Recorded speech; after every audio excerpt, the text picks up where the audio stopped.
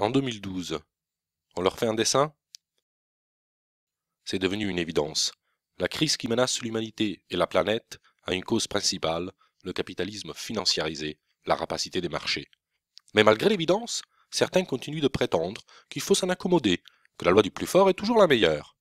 D'autres font semblant de croire qu'on peut moraliser le capitalisme, qu'on peut en somme domestiquer les requins. Pourtant, partout dans le monde, ces solutions libérales ou ces recettes social-démocrates sont un échec. Vie chère, casse du service public, injustice, autoritarisme, voilà le résultat. Aujourd'hui, les marchés et les banques se retournent contre les États qui les ont sauvés pour les prendre à la gorge. Ce n'est pas à nous de payer leur crise.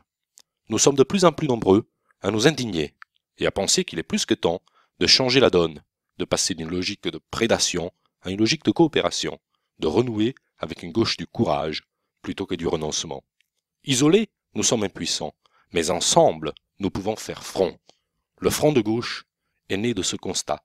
Initié en 2008 par le Parti communiste, il a réussi à rassembler, élection après élection et avec un succès remarqué, des femmes et des hommes venus de tous les horizons de la gauche, unissant celles et ceux qui refusent de plier devant le libéralisme.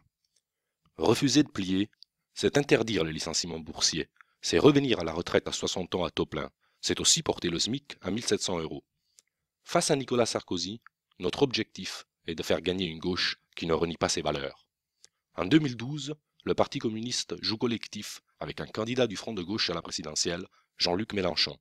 Nous aurons également partout en France des candidats communs aux législatives.